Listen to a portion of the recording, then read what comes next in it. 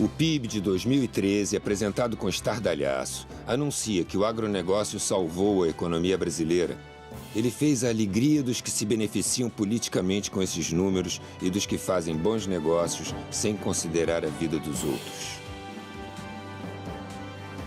O PIB não considera, por exemplo, as pessoas que contraem todos os tipos de enfermidades, inclusive o câncer. Não considera o custo do tratamento dessas doenças, as vidas que se perdem, a dor das famílias. Para eles, só conta o capital. Não se discute qualidade de vida nem a destruição da natureza. Só vale o mundo dos negócios.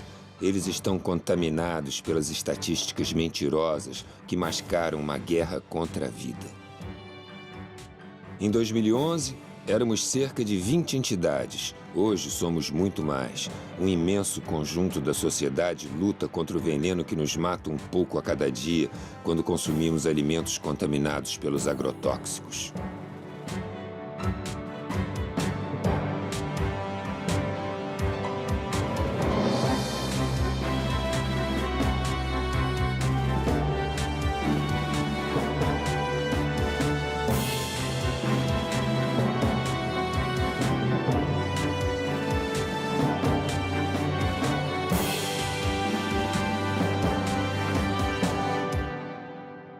Nós lutamos pela vida. Não há apenas uma forma de conhecimento válido nas sociedades, existem várias formas de conhecimento válido. A ciência moderna, de alguma maneira, obteve um monopólio do conhecimento válido, é esse que é ensinado nas universidades, que é um conhecimento que é importante, obviamente, até porque eu também sou universitário, mas não pode ser de maneira nenhuma o único conhecimento. Para o camponês, a produtividade da terra é uma sequência de ciclos. E é por isso que a terra que este ano tem soja, ou tem milho, ou tem cana, pode ter no próximo ano estar de pousio. Ela está a descansar, nós também precisamos de descansar ao fim de semana, portanto a terra descansa. E no próximo ano continua. Portanto, esta é uma lógica de tratamento com a natureza e de relação com a natureza que assenta em conhecimentos ancestrais que devem ser cada vez mais valorizados. O que acontece é que, com a hegemonia política dos grandes latifundiários e dos grandes agroindustriais da frente agroindustrial, com os mídia que são propriedade deles ou financiados por eles, com partidos cujas campanhas são financiados por eles, eles conseguem transformar todo este conhecimento riquíssimo sobre a terra, sobre a água, sobre a atmosfera, em magia, superstição e atraso.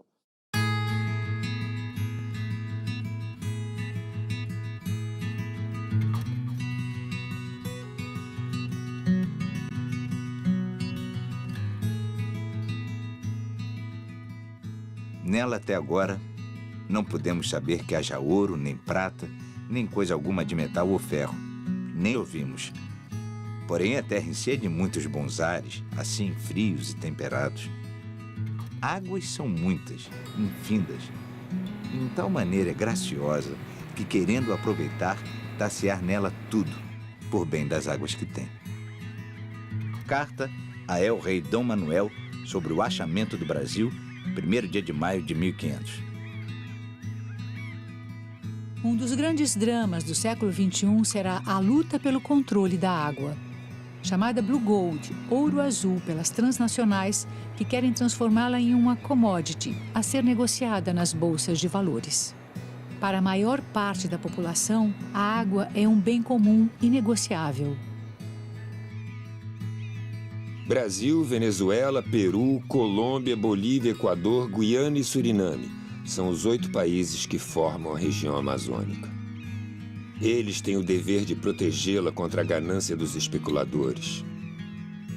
Nesse cenário de destruição, até a natureza pede socorro.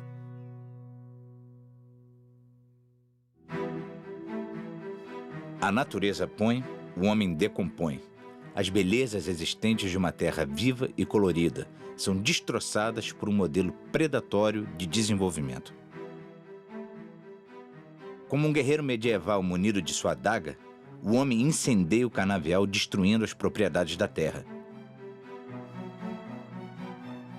A biodiversidade da fauna e da flora é destruída para criar um enorme vazio, o futuro distanciado da qualidade da vida pela qual lutamos. Árvores centenárias são derrubadas para virar pasto, a cor desaparece e a floresta é acinzentada pela queimada. O boi nos vê como ruminantes, cúmplices impassíveis da caminhada da civilização para o matadouro. Essas imagens registram a agonia daqueles que chamamos de animais. E nós, que nos consideramos humanos, chamamos de tecnologia de ponta. Caminhamos céleres rumo à barbárie, à desumanidade e ao desemprego no campo. Nas antigas veredas, as aves fogem, os animais desaparecem, as águas secam. Onde havia vida, nasce o deserto verde. Esse é o modelo que nos propõe o agronegócio. Terra arrasada para o povo e muita grana para os ricos. Ao contrário do que predisse o profeta, o sertão não vai virar mar, nem o mar vai virar sertão. A continuar o atual modelo agrícola, o Brasil será transformado num grande deserto. As barragens submergem cidades, vidas e histórias. A placa com o nome do poeta sinaliza uma rua que existiu. O poeta promete revanche.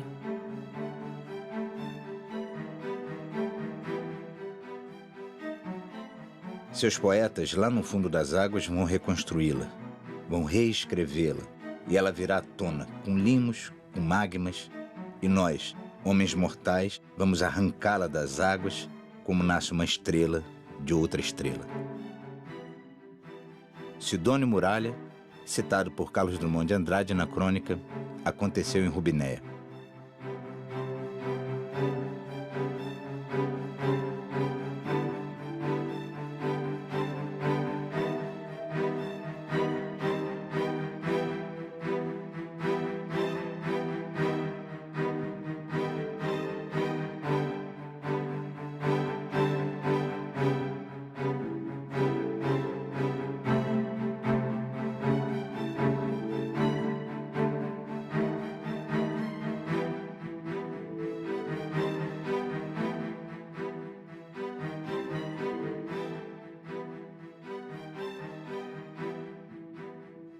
Antigamente, né, a geração anterior que a nossa, as pessoas ficavam com câncer já no final da vida, como que as células iam cansando, era mais fácil elas adoecer. Agora não. Crianças com 10, 12 anos têm câncer. Industrial agriculture does not produce food, and it does not cooperate with nature. It, in fact, works on the basis of a war against nature. And all the chemicals that were invented for war against man have been moved into agriculture. The pesticides, the herbicides, Agent Orange, chemicals meant to kill people. And it is no wonder that people continue to die. A gente resolveu fazer um inventário dos casos de câncer na Chapada do Apodi. E o padre fez uma apresentação da nossa equipe e falou assim: por favor, levante a mão quem tem algum caso de câncer na família. Cara, foi assim, toim. Sabe que daria uma cena fantástica? Porque quando as pessoas acabaram de levantar o braço, tinha mais da metade da igreja com o braço levantado. Por que esse alto índice de câncer no meio rural, né? Porque Rondônia, o uso de agrotóxico é largamente utilizado, não só pelo agronegócio, né, pelas grandes propriedades, mas também em pequenas propriedades e de forma desproporcional, né? Há um mito de que quanto maior a dosagem acima da recomendado, quer dizer, mais tempo, digamos, ele vai ficar com a roça, né, com a plantação livre de que eles chamam de pragas, né? que aqui na agroecologia nós chamamos de plantas amigas, né?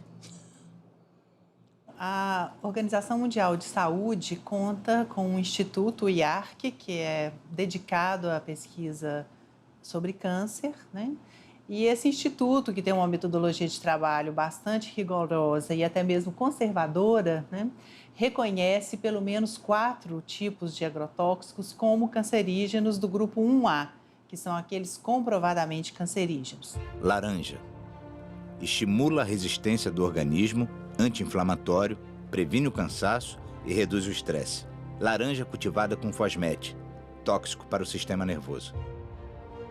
Laranja cultivada com triclorfomo, pode causar câncer, geração de fetos anormais, aborto e infertilidade. Banana. Fornece energia, ajuda a circulação e inibe coágulos. Banana cultivada com triclorfomo. Pode causar câncer e má formação fetal. Banana cultivada com carbofurano. Pode causar câncer, puberdade precoce, infertilidade e aborto. Cebola. Ajuda a controlar diabetes, reduzir níveis elevados de colesterol e pressão arterial. Favorece a saúde dos ossos, é anti-inflamatório e combate resfriados. Cebola cultivada com parationa metílica. Pode causar câncer, puberdade precoce, infertilidade e aborto. Maçã. Bom para o coração e a memória, previne o câncer. Maçã cultivada com abamectina. Pode causar má formação fetal, aborto, infertilidade e intoxicação aguda. Maçã cultivada com ciexatina. Pode causar câncer. Maçã cultivada com fosmete. Pode causar danos ao sistema nervoso. Hortaliças. Ajudam a combater o câncer, a diabetes e a regular a pressão arterial. Hortaliças cultivadas com acefato. Pode provocar câncer, má formação fetal, aborto, infertilidade e intoxicação aguda. O câncer de bexiga, o câncer de rim, todos esses tipos de câncer são, de alguma forma, apresentam forte associação com a poluição ambiental, com agrotóxico, com contaminação, especialmente por metais, que são essas substâncias presentes nesses agrotóxicos que estão associados com o aparecimento de câncer. A função dos agrotóxicos é ser um elemento de eliminar organismos vivos, né? Eles produzem, dentro de determinadas escalas de contaminação, doenças, que elas podem ser doenças de curto prazo e doenças de longo prazo. E isso significa que nós estamos lidando com intoxicações agudas até várias formas de câncer que você tem colocadas aí pelo processo cumulativo, e hoje isso está extremamente disseminado do ponto de vista da população. A legislação sobre isso é um problema muito complexo, porque você tem, de um lado, a vigilância sanitária, que é um órgão ligado ao Ministério da Saúde. Do outro lado, você tem os órgãos ligados ao Ministério da Agricultura, e aí tem, objetivamente, um conflito de interesses. Quer dizer, além da questão científica, quer dizer, nem sempre essas decisões governamentais são tomadas com base científica. Elas são tomadas com base em interesses econômicos também. Então, a evidência científica, muitas vezes, não é suficiente para influir numa decisão econômica. E nesse embate entre os interesses do agronegócio e os interesses da saúde pública, frequentemente os interesses da saúde pública são sacrificados. Quando eu tenho o consumo de fertilizantes, químicos, de agrotóxicos, etc., uma parte significativa da renda da terra fica com essas empresas. E há uma organização dessas empresas oligopolizada hoje. Então, há um controle desse mercado pelo capital internacional, pelo Monsanto, Syngenta, Dow, Bayer, BASF, adquirindo outras empresas menores do setor. No mundo, né? Não só no Brasil, no mundo como um todo. No ano de 2010, essas indústrias juntas tiveram um faturamento, uma receita líquida de 15 bilhões de reais. 15 bilhões de reais. Pelo menos 130 empresas fabricam agrotóxicos no Brasil. 6 delas dominam 68% do mercado.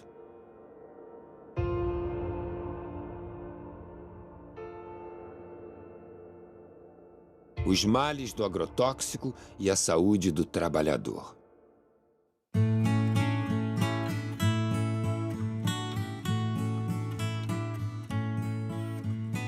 O Vale do Açu hoje é uma das regiões mais que tem a incidência de câncer no estado, né? A pesquisa chegou à conclusão de que os trabalhadores rurais bebem água lá na região de péssima qualidade, né? Em 2 locais foi encontrado água contaminada quimicamente com agrotóxicos. O índice de suicídio é altíssimo, o de câncer, o CA, então assim, é muito alto, né? E antes dessas empresas chegar, nós não sabíamos nem o que era isso. Nas frutas eu usava só a bota e o avental. Não tinha luva e não tinha máscara, então isso jorrava na minha cara. Muitas vezes.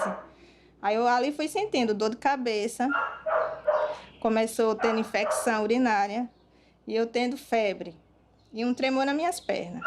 A doutora Fátima, ela diagnosticou isso, que eram os produtos, porque nesse caso não foi só eu, ela atendeu várias pessoas da firma, de onde eu trabalhava lá no Carpes, e por conta dessa descoberta que ela fez, ela foi tirada daqui. Eu comecei a notar que algo estava errado quando eu tive uma incidência muito alta de pessoas com sintomas psicóticos agudos. Aí que eu fui notar que essas pessoas que estavam com esse surto psicótico tinham algo em comum. Todas trabalhavam nas empresas de plantio de banana. Teve gente que ficou que nem louco. Eu fui uma. A dor de cabeça que eu senti era tão forte que eu me joguei na frente de um ônibus. Tirei esse joelho do lugar. Eu fiquei que nem doida, eu entrei em depressão, não queria ver ninguém. Eu rasguei roupa, eu jogava minhas coisas fora. E por conta disso, o engenheiro disse que eu era louca. Mas a minha loucura era as dores que eu estava sentindo. Eles, no set do consultório, eles contavam coisas, entendeu? Inominadas. Muitas vezes eu anotava em prontuário, tem tudo anotado em prontuário. A notícia que eu sei é que esses prontuários estão perdidos. Aqui nós temos uma empresa, por nome de Almonte, que ela pulveriza. Ela tem um avião que ela sai pulverizando.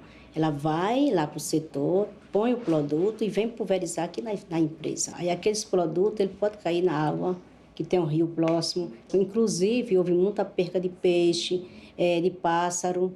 A funcionária deles da Belmonte me procurou e me disse que, olha, doutora, a senhora fique certa de que na Belmonte tudo é feito muito legalizado.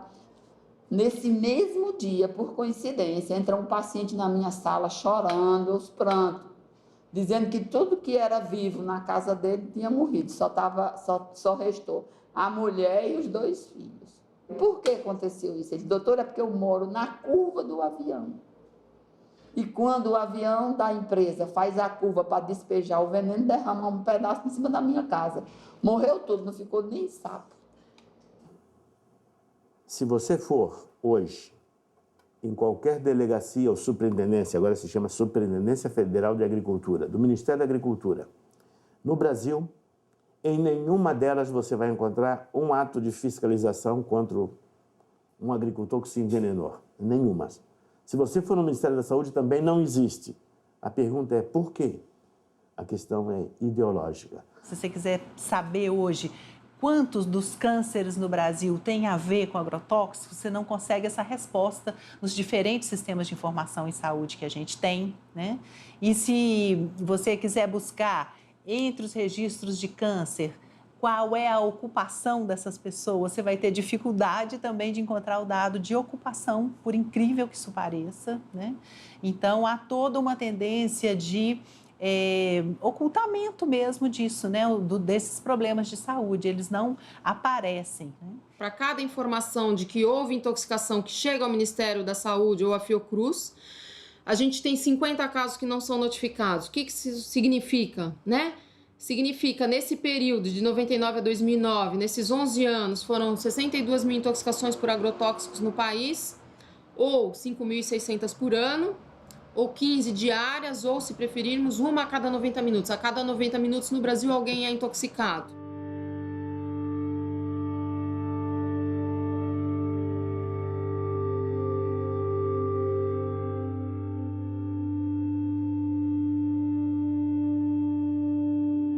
O veneno chega pelo ar, pela terra, é pulverizado, mata de todas as formas.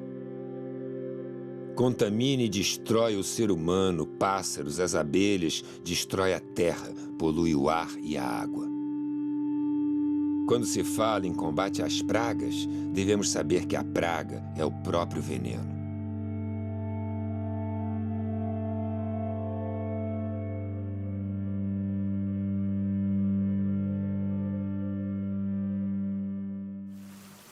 Em 3 de maio de 2013, a Escola Municipal São José do Pontal foi atingida por uma chuva de veneno engeopleno, da Singenta, lançado sobre lavouras de milho transgênico.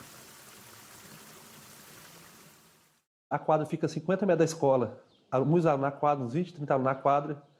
Tinha ônibus escolar no pátio da escola, Kombi e moto. Então, eu acredito que daria para ele ver. Até que eu achei no primeiro momento que ele passou assim para chamar a atenção. Pensei, deve estar chamando a atenção, passando para chamar a atenção em cima da escola. E durante o tempo que ele estava passando, algumas crianças pequenas, na primeira vez que ele passou, saiu correndo atrás desse avião. Todo mundo estava correndo atrás, né? Achando bonito. Tinha hora que nós pensávamos até ia cair, tanto que estava passando perto. Num desses voos, eu senti o calor do motor do avião. Passava muito baixo em cima da escola. A gente sentia aquele calor, aquele mormaço quente da aeronave por cima da gente.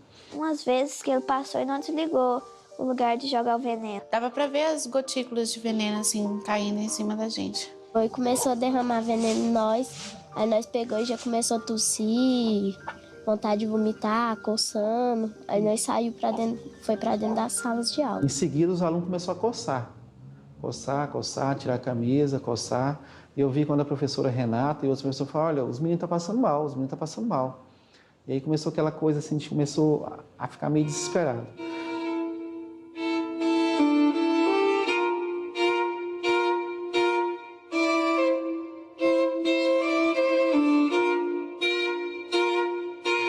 Aí eles ligaram da escola para o SAMU veio de encontro com outro ônibus, que eles colocaram as crianças que estavam passando mal mais que os outros dentro do ônibus e foram de encontro com o SAMU. Quando as viaturas alcançou, o pessoal parou, fechou a estrada, a GO lá fechou a estrada, e lá mesmo o pessoal do SAMU, bombeiro e ambulância da saúde mesmo que estava indo, começou a fazer atendimento a essas crianças, no meio da estrada lá.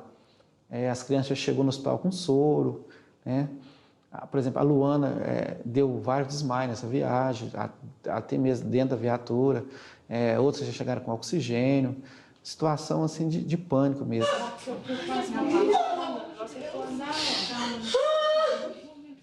Jesus, misericórdia.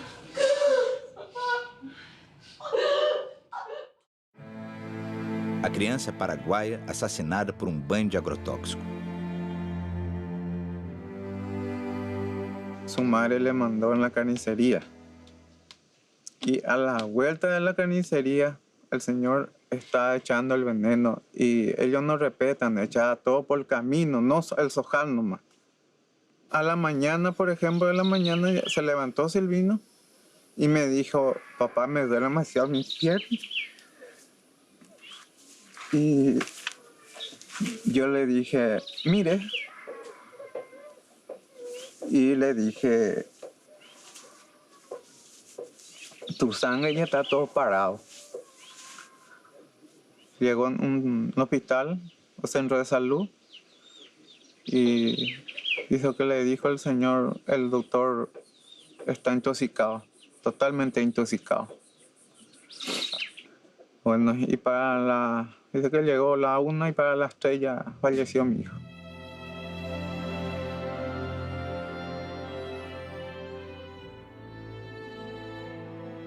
A cultura do tabaco utiliza em média 42 tipos de agrotóxicos, causando uma devastadora contaminação humana e ambiental. Eu estou no fumo desde os 7 anos que o pai começou a plantar. E desde ali eu estou na lida do fumo, sempre, direto, cada ano. E daí com isso eu sinto mesmo em mim que está agravando cada vez mais, né? Nós, aqui na região da Depressão Central, região do Vale do Taquari, região Vale do Jacuí, é a maior região produtora de fumo, tabaco do Rio Grande do Sul, né? Os vizinhos ali para cima também tem. que ficam mal, dá dor de estômago, vomito, fico bem ruim quando colho o fumo. Nós tínhamos uma careira de abacate ali em cima, faz tempo, mas morreu tudo. Está no ar o veneno, nas águas, por tudo, não tem. As pessoas não têm mais como se escapar também. Olha, das vezes que eu fiquei ruim, eu acho que foi da consequência do fumo. Porque eu estava lidando no fumo, dá um vômito tão forte, né? E um mal-estar, uma tonteira que eu acabo indo pro posto, né? Fazendo um soro daí. A servidão torna os plantadores de fumo totalmente dependentes das fumageiras. As famílias produtoras de fumo, além de todos os riscos que ela se submete em termos de saúde, ela deixa de produzir seu próprio alimento. São famílias que não têm mais vida comunitária, porque é um tipo de trabalho que alguns chegam a usar o termo servidão. É um termo bastante forte, mas é um estilo de servidão, porque não tem nada a ver com a lógica camponesa de organização do trabalho. Cada família, na sua propriedade, trabalhando para uma empresa. Arresto. Dona Eva da Silva, um caso exemplar. Quando a família ela não cumpre a estimativa, ou até mesmo não tendo nenhum problema, quando a família não está entregando o seu produto, a indústria tem um respaldo jurídico que é fazer o aresto. O que é o aresto? O aresto é uma medida judicial que a empresa tem legalidade para fazer, que ela busca junto com o juiz uma autorização para ir lá arestar, buscar do galpão do agricultor para a sua empresa o fumo. Mataram a minha mãe com ordem da justiça. Ela não tinha uma conta. Tá aqui as notas fiscal. Tá aqui os negativos do último ano. 0. Insumo 0. Prestação de forno 0. Tá aqui as notas fiscal. Daí a empresa vai com um respaldo policial, vai oficial de justiça, vai funcionários da brigada, né, policiais acompanhar os funcionários da empresa para ir lá buscar o produto. E a dona Eva, mesmo alegando que não tinha dívida, né, eles, não, nós vamos carregar o teu fumo. E ela disse, não, se vocês carregarem o meu fumo, eu vou me matar. E assim ela fez. Começaram a quebrar a porta do galpão, começaram a carregar. Ela veio atrás da casa, tinha uma parreira com uva, com tanque, pegou uma corda, se enforcou, se ficou em pé. E ali ela morreu em pé. Por causa de uma fumageira.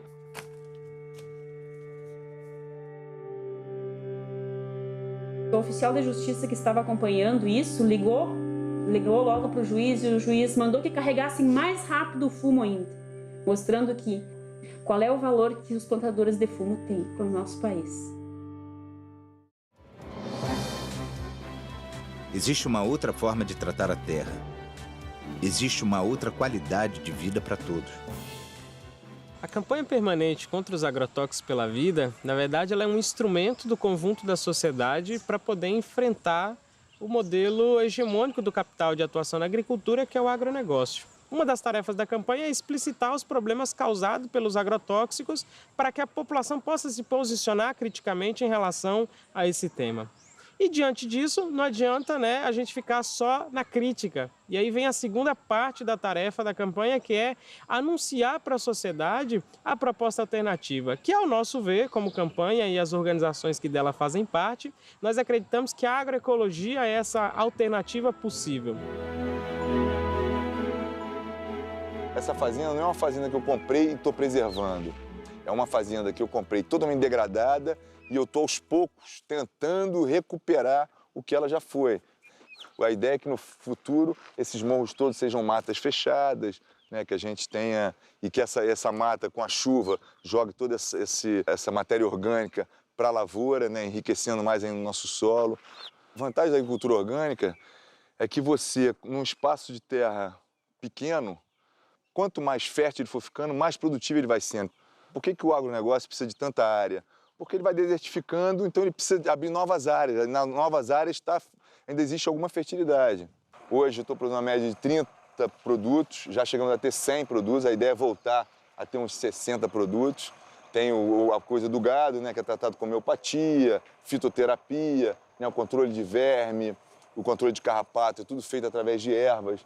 O leite é totalmente limpo, né, a gente faz um queijo, né, de alta qualidade também. O interesse, cara, é que a pessoa o que eu como, minha filha pode comer. Né? Agora você vai numa fazenda convencional, você não colhe um negócio e dá para sua filha. Chega num produtor de morango e fala, come um morango desse que está plantando. Eu duvido que o cara coma, não come. O encontro de agricultura orgânica, a gente costuma falar que é o encontro do bem. Ali está todo mundo preocupado com a qualidade do que a gente vai comer. Ninguém está preocupado em se dar bem com o outro, ou ficar mais rico ou menos rico. Eu quero deixar para minha filha alguma coisa que seja preservado, que seja sustentável, que ela possa ter orgulho. Eu estou preservando as minhas águas, eu estou preservando a minha mata, estou preservando meus animais, eu estou preservando a floresta, eu estou preservando nossa saúde. Existem alternativas para nos alimentarmos com qualidade e sem riscos de contaminação. Estes são os orgânicos cultivados em Paracambi, no estado do Rio de Janeiro. Neste sítio onde a cultura é orgânica, os animais não vivem confinados e tudo inspira qualidade de vida.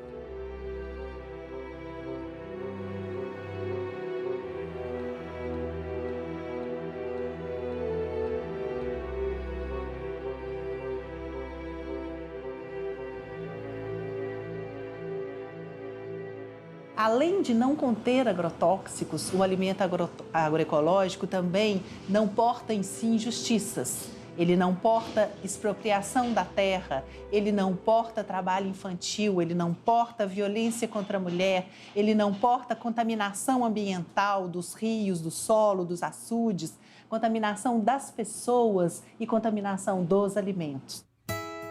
Os que ainda aguardam a terra já trabalham com agroecologia.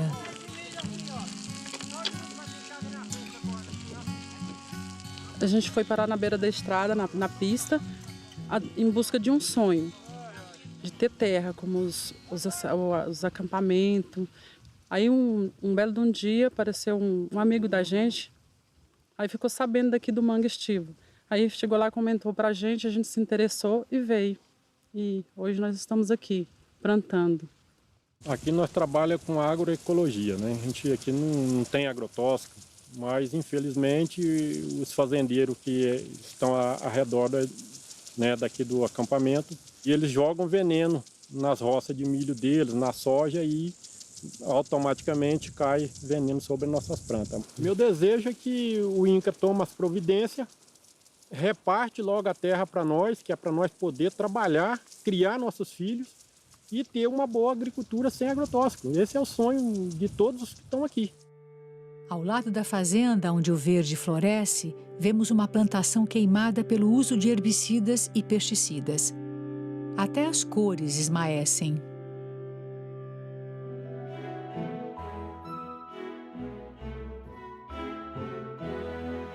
O assentamento Roseli Nunes, em Mirassol do Oeste, no Mato Grosso, desenvolve cultivos agroecológicos, mas não consegue a certificação da produção devido aos agrotóxicos aplicados na monocultura da cana e que atinge as suas hortas. Pedimos a ajuda e o apoio dos órgãos públicos de todas as áreas: saúde, agricultura, meio ambiente.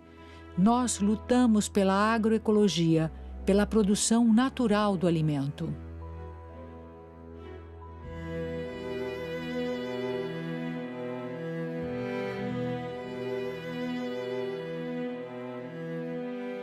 A minhoca é um dos melhores adubos que a natureza conhece.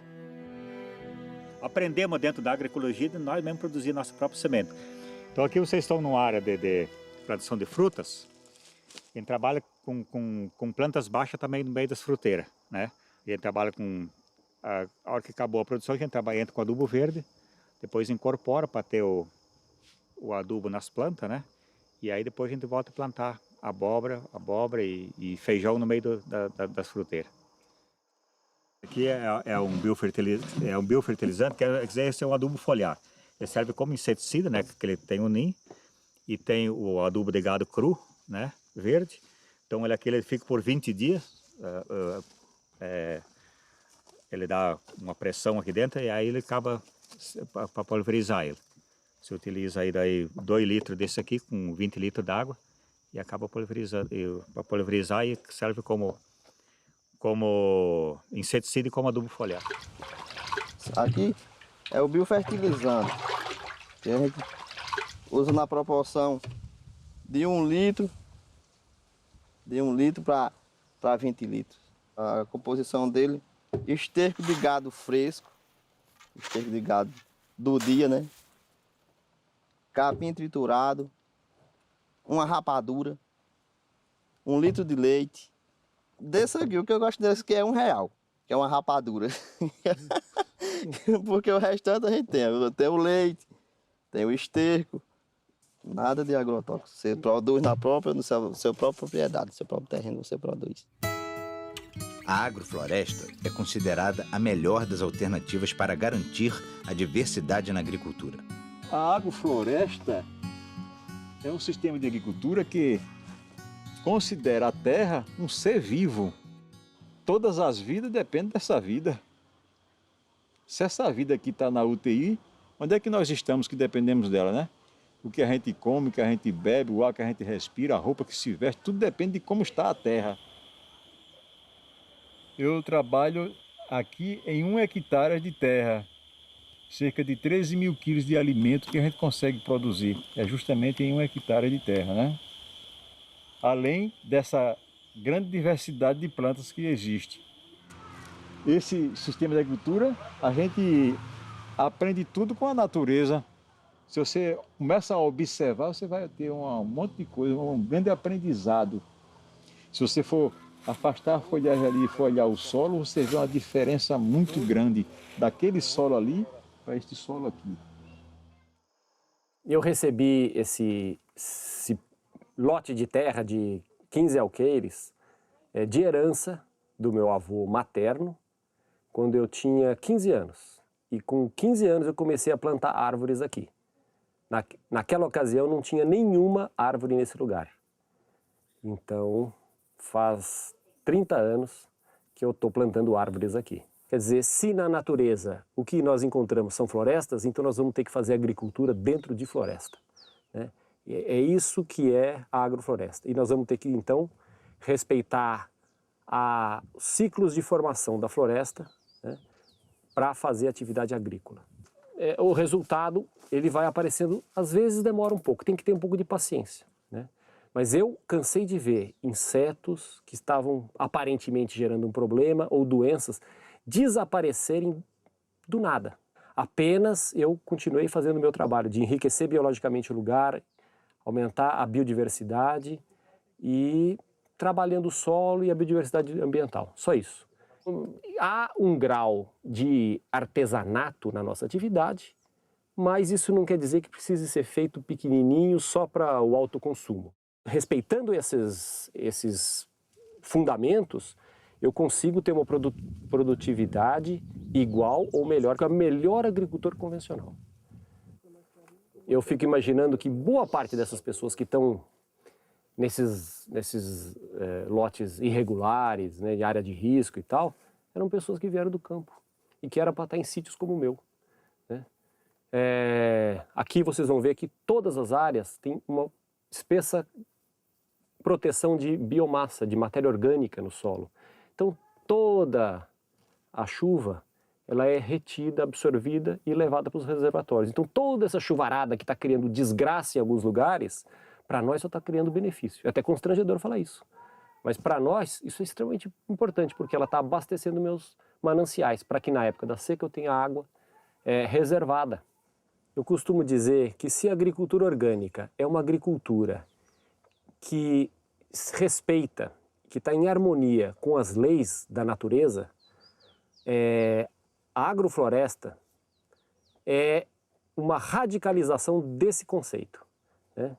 E ele tem como característica produzir muitas espécies vegetais e muitos tipos de alimento simultaneamente, de modo que sempre nós teremos comida dentro de uma agrofloresta. As cooperativas agroecológicas potencializam a produção e a distribuição dos produtos orgânicos. Esta aqui é uma lavoura de arroz pré-germinado, lavoura de arroz orgânica. Para não contaminar essa nossa lavoura, nós tivemos que erguer uma estrada e deixar crescer essa vegetação, porque do outro lado tem uma lavoura de arroz convencional que usa veneno, passa veneno de avião e interfere, acaba entrando na nossa lavoura de arroz e contaminando o nosso arroz orgânico. A gente controla as ervas daninhas invasoras com a água, com a lâmina d'água. A gente trata não agride a natureza e ela também não agride o ambiente, porque nós viemos tudo de uma luta por uma conquista da terra, a socialização do uso dos recursos naturais. E, então, de nada adianta nós conquistemos esses recursos naturais, que são a terra, a natureza, a água, e nós não cuidar dela. Então, aqui a gente faz o processo do recebimento do arroz. Então, o arroz é plantado e tal e vem para cá. Aí a gente faz o recebimento, análise todo do arroz e vai para o engenho. Aí o arroz é secado, descascado, né? Daí a casca do arroz, ela vai para a cama, para ser feita cama para os suínos, né? E o farelo do arroz é feito para alimentação deles, como ração para o suíno. E daí o arroz próprio, né, vem para cá, para a sala da embalagem, onde a gente faz o processo de empacotamento, embala todo o arroz e deixa ele pronto para ir para o mercado.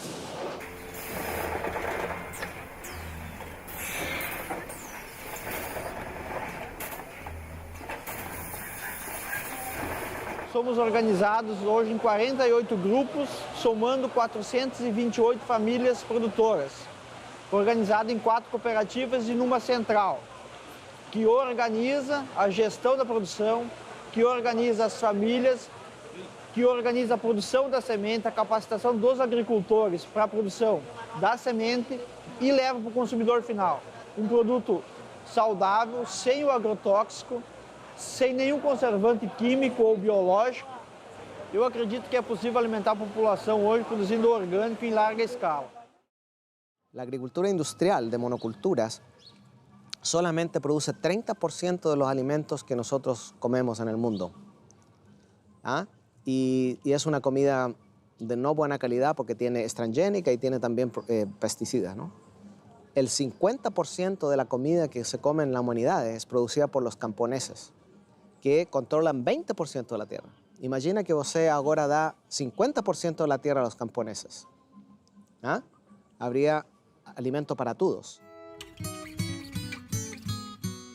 Alimento para o futuro, formando desde a infância.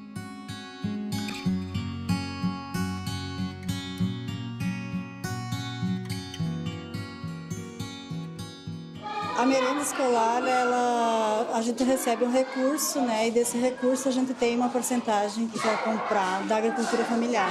E a gente compra aqui da região, né? Das famílias assentadas. Porque a gente entende que essa alimentação que é produzida aqui nos assentamentos são de boa qualidade, até porque elas são orgânicas, né? A gente também busca trazer para a realidade dos conteúdos a questão da importância da saúde alternativa, da alimentação saudável e tem uma oficina especial para a questão da agroecologia, onde a gente também produz a questão da horta, do uso eficiente da água. É de uma importância prioritária e fundamental para realmente conseguir divulgar e também fazer com que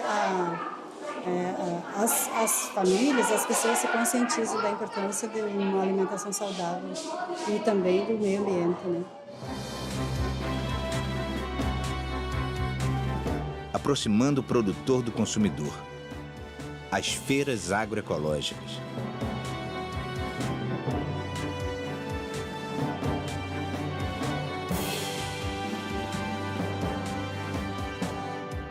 Não dá para você imaginar o avanço da agroecologia sem buscar uma maior aproximação dos agricultores com os consumidores. Isso é fundamental. As experiências agroecológicas, elas avançam mais onde você tem mercados locais que são capazes de absorver essa produção. Então, onde você tem as feiras da roça, as feiras da agricultura familiar, ou as feiras agroecológicas, que felizmente se expandiram no país nos últimos tempos, você tem um estímulo à produção agroecológica. Os agricultores se sentem estimulados a produzir porque sabem que tem os canais de comercialização direta com os consumidores.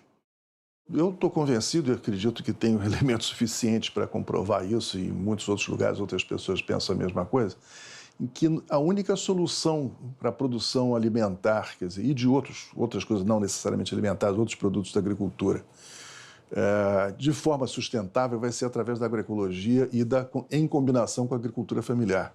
Ele é capaz de produzir a quantidade necessária de alimentos e outros produtos com preços acessíveis e com uma qualidade de produto que o sistema convencional é incapaz de produzir. Um mito desse mercado que é impossível você produzir barato e orgânico. Isso não é verdade. É uma questão de você organizar essa produção e ter formas de escoá-la, né? As experiências têm mostrado que esse tipo de lógica de relocalizar a agricultura e o consumo, quer dizer, aproximar a produção do consumo, ela responde a esse desafio de alimentar uma população humana crescente. E hoje existem já vários documentos internacionais das Nações Unidas, da FAO, que reafirmam isso. Isso já não é um discurso vindo só dos movimentos sociais. Tem um conjunto de documentos importantíssimos no plano internacional que confirmam o papel dessas experiências e, além de confirmar, dizem mais. Se nós não mudarmos, não promovermos uma transição da agricultura na direção da agroecologia da agricultura camponesa, nós não teremos saída para os grandes dilemas alimentares e energéticos que a humanidade está se defrontando e se defrontará muito mais. Tinha um mito antigamente de que agrotóxico tornava as coisas mais baratas. E não é verdade, porque na feira orgânica onde eu vou, eu consigo comprar uma alface no preço que eu compro no supermercado. Tá? A gente tem direito de comer frutas e verduras que não têm venenos, né? Que são venenos, né? Eu acho que o principal é a conscientização de todos nós de não usar o agrotóxico e passar essa conscientização para as outras pessoas, porque infelizmente quem produziu e quem está ganhando dinheiro com isso, ele não vai querer parar de vender, né? Então acho que essa consciência tem que partir da gente, parar de usar o agrotóxico e ser sincero com nós mesmos em querer uma vida mais saudável. E se nós não fazer isso agora, que ainda temos um tempinho, eu não sei mais para frente se a gente vai conseguir reverter isso. Os produtores das sementes crioulas fertilizam a vida lutando contra o monopólio das sementes transgênicas. Hoje, seja soja, seja o que for, que foi modificada, vem o pacote. Tu vai ter que botar o adubo, tu vai ter que botar o herbicida nela para poder produzir. Se não fizer isso, tu não colhe, porque a empresa já faz o pacote direcionado para vender. Venda a semente e vendo os insumos. Nosso papel simplesmente é produzir uma semente de qualidade para vender para o povo brasileiro.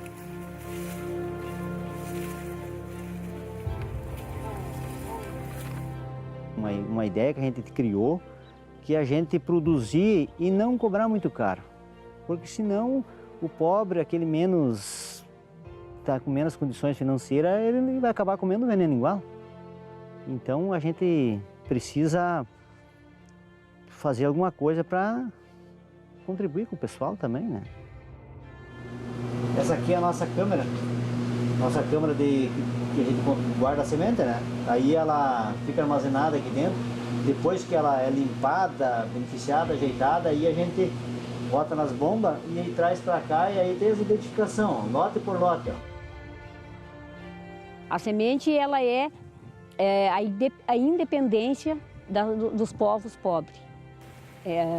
O produtor ele é independente se ele tem terra e semente. A importância da semente crioula, da semente orgânica, da horta orgânica, ela é uma importância tão grande na vida nossa. Essa é o nosso projeto de liberdade.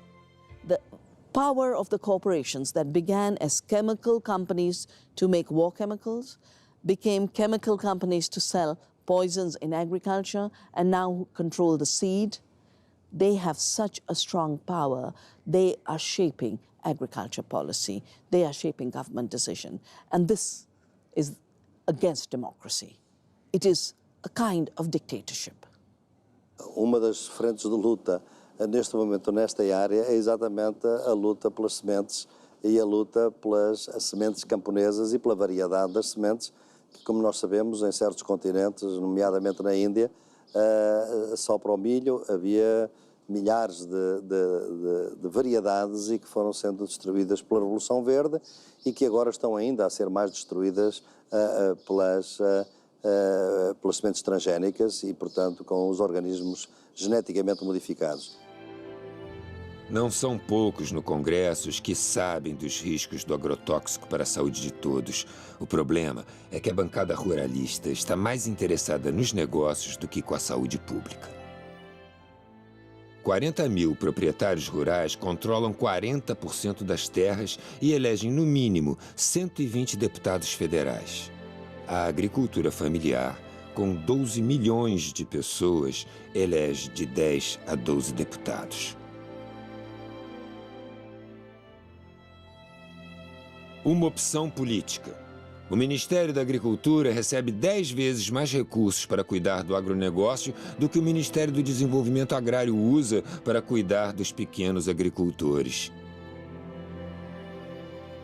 Enquanto o agronegócio cria commodities para exportação, o pequeno agricultor põe comida na sua mesa.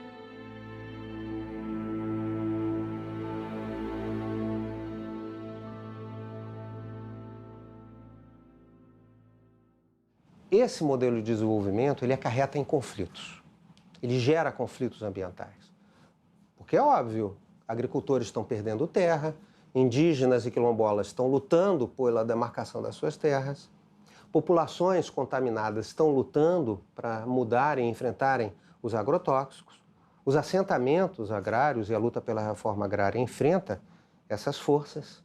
E nesse processo, além da violência direta, que é uma outra questão, né, relacionada aos direitos humanos, que é uma questão de saúde pública, que é extremamente relevante, como esse jogo democrático das resistências e das disputas, eles se dão. Se acusa muito e criminaliza-se muito movimentos sociais, mas não com a mesma velocidade ou com a mesma força que deveria se avaliar os poderosos economicamente e politicamente que infringem direitos humanos e que desrespeitam as populações e violentam, assassinam, ameaçam.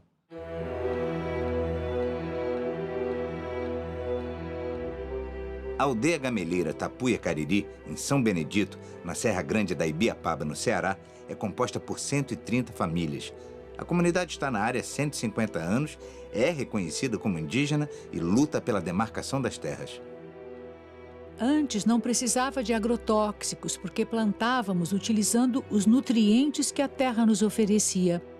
A Mãe Natureza nos oferecia os alimentos necessários e isso foi tirado com a desmatação para plantar hortas. Socorro! Pedimos a todos os órgãos públicos e federais que nos ajudem a acabar com o uso dos agrotóxicos, pois precisamos de ar puro, águas limpas e terras férteis. Nosso maior sonho é ter liberdade e as terras demarcadas. A indústria vende agrotóxicos fatais para as abelhas que polinizam a vida. As abelhas são do bem, produzem mel altamente energético e polinizam os campos, reproduzindo de forma saudável os alimentos que chegam à nossa mesa. O uso do fosfonometil, mais conhecido como glifosato, está presente em cerca de 20 marcas de herbicidas aplicados para eliminar mato. Extermina as abelhas, colocando em risco a reprodução da natureza. Há 3 anos a gente está aqui, a gente começou assim com 3 caixas, que o Padec distribuiu 3 caixas para cada um. Aí conforme vai indo, vai multiplicando, a gente vai multiplicando, vai pegando os enxames. Hoje tem 30 e poucas colmeias, 15 formadas e restante em formação. Aqui o pessoal tem pensamento de todo mundo botava fogo antes, né? Aí quem cria abelha não quer fogo, né? Então ajudou muito nessa parte.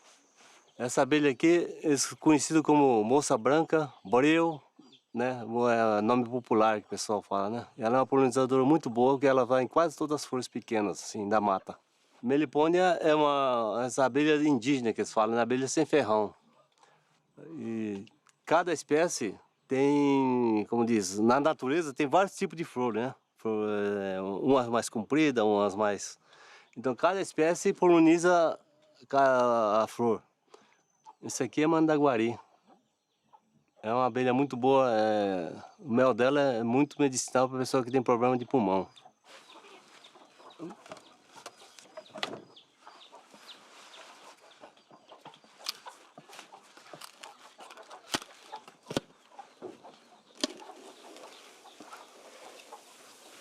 Aqui, ó. Esse aqui é os filhotes, né? Esse aqui são os potinhos de mel e pólen.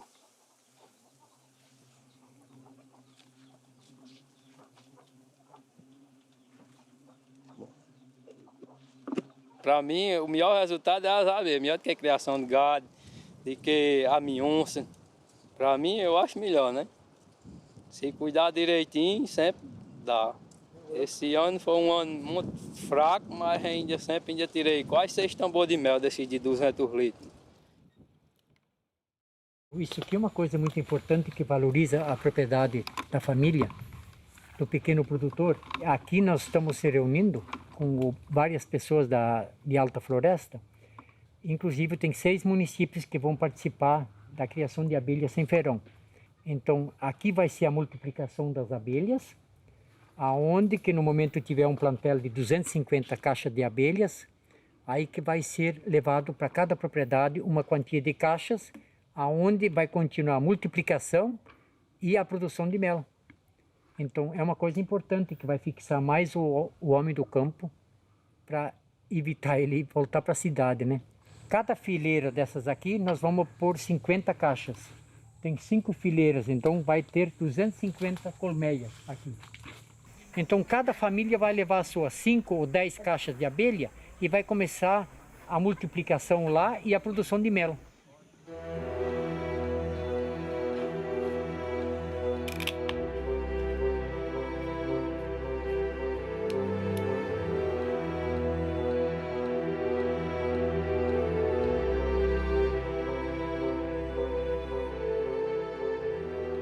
Nós visitamos comunidades, por exemplo, em transição agroecológica, onde está organizada uma cooperativa de jovens que fazem apicultura numa atividade altamente compatível com o semiárido, né?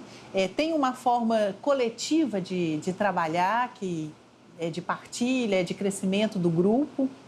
Tem uma relação com a natureza que é muito bonita, né? Eles falam, por exemplo, do trabalho que a abelha tem de refazer os alvéolos da colmeia, né? E por isso, como eles se sentem motivados a cuidar muito da colmeia quando eles vão extrair o mel, de forma que eles possam devolver de novo esses alvéolos íntegros para lá, para não dar tanto trabalho assim à abelha, levando em conta que ela já cuida tanto deles e já trabalha tanto para eles e já produz o mel, né? Quer dizer, uma outra concepção de relação com a natureza. O triste é ter que contar isso e dizer ao final que, infelizmente, essa comunidade está sendo desapropriada e removida pelo DENOX para passar o trator e oferecer mais 4.000 hectares para o agronegócio da fruticultura. No Brasil, as mães da Praça de Maio cuidam da natureza e lutam pela saúde de seus filhos. Com o projeto irrigado, não podemos entender. O que temos conquistado tem muitas páginas para ler. Aproveite o conteúdo. O poder que pode tudo é necessário rever. É tudo que possuímos, quem acompanha tem visto. Nossa luta foi contínua, sem pensar no imprevisto. É proposta incomparável deixar a vida saudável para uma vida de risco. Nós estamos vivendo diante de um dilema que é o projeto de irrigação da Chapada do Apodi, onde lá nós temos cerca de 1.000 famílias que vivem da agroecologia na sua pequena propriedade, nas suas áreas de assentamentos, e agora a presidenta Dilma em um decreto, decreta a desapropriação de 13 mil hectares. Para vocês terem uma ideia, o município de Apodi é o terceiro PIB do estado, devido a toda essa produção, todo esse trabalho. Esses agricultores hoje, com todos esses projetos, com assistência técnica, com uma renda que não se tem em outro lugar no semiárido. Sabemos da nossa luta, do dia a dia, que se nós perdemos as nossas terras, se perdemos os nossos territórios, também não só perdemos a nossa autonomia econômica, mas perdemos a soberania sobre os nossos corpos e nossas vidas. Há um projeto que está dando certo. Há pessoas trabalhando e vivendo bem. Os trabalhadores que vão para a Chapada do Apodi, levados pelo DENOC, é para ter mão de obra barata e concentrada para as empresas. Eu acho que Dilma está fazendo uma coisa que nem o governo da ditadura militar teve coragem, que esse projeto foi desde a ditadura militar. A gente sabe que são muitas experiências que já está dando certo, concretamente, durante esses 15 anos que a gente construiu, juntamente com os movimentos, mas um projeto vem destruir tudo que a gente construiu desse ano. E o sindicato não poderia concordar com esse tipo de coisa. É entregar todas as nossas terras ao grande capital e fazer de conta que nós, trabalhadores rurais, servimos só para ser empregados. E isso a gente não concorda. Essas comunidades que estão a sofrer uma agressão extraordinária, essa agressão não é apenas nos seus meios de vida, na sua água, nas suas terras, no seu ar, obviamente, mas é também nas suas organizações.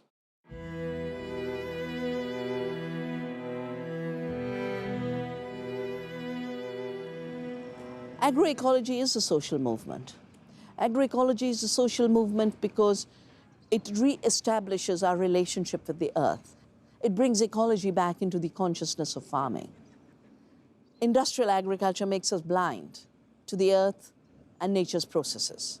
But it is also a social movement because it is attracting very different kinds of people who become agents of change for how we produce agriculture and how we produce our food.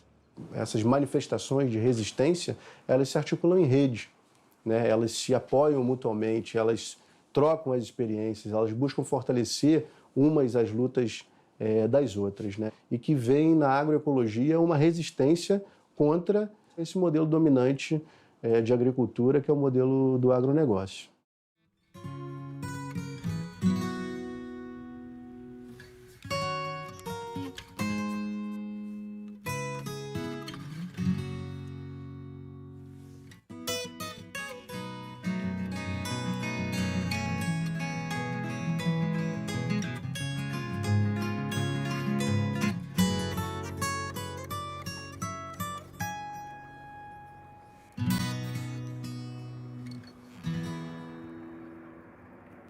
Estou aqui há 53 anos.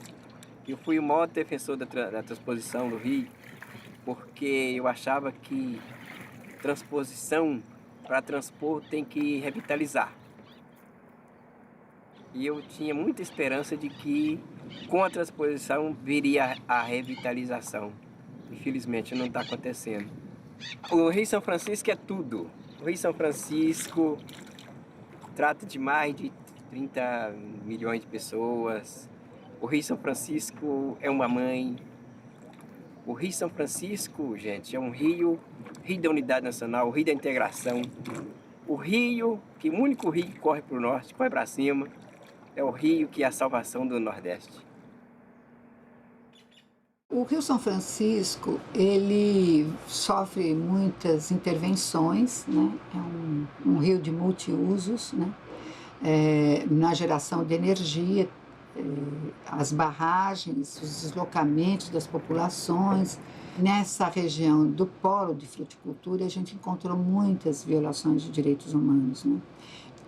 Violações relacionadas à exclusão das pessoas à própria água, à exclusão das pessoas à própria acesso à energia elétrica, por paradoxo que seja, ao assoreamento do rio, a utilização de pescas, de cultivo de peixes com rações e produtos que contaminam a água, a utilização, então, pelas comunidades ribeirinhas dessas áreas de vazante do rio, né? Mas o que mais impacta é a agricultura irrigada. O grosso da água é para a agricultura irrigada, né? A água que faz toda essa irrigação é do São Francisco e ela volta para o subsolo e volta para o São Francisco, com, obviamente, agrotóxicos. Então, são vários estudos que existem mostrando a contaminação do rio São Francisco, né, por agrotóxicos. More than any other activity, agriculture is totally dependent on nature. Without soil, you don't have food. Without sun, you don't have food. Without water, you don't have food. Without seed and biodiversity, you don't have food. So the foundation of agriculture is nature. We can either have a monoculture of the mind, which is a militarized dictatorship, or we can have a diversity of the mind and of the planet, which is freedom and prosperity for all. Dependendo dos rumos para onde vai o chamado complexo econômico social da saúde, ele já também condiciona e induz um modelo de desenvolvimento mais equânime, inclusivo, socialmente justo, ou um modelo de desenvolvimento perverso, iníquo e que, ao invés de produzir saúde, produz doença. It is now time to recognize that life in freedom, life in diversity, life in health, life in resilience is the ultimate creative act. And to the extent we cooperate with the earth to enhance these processes, we are all artists.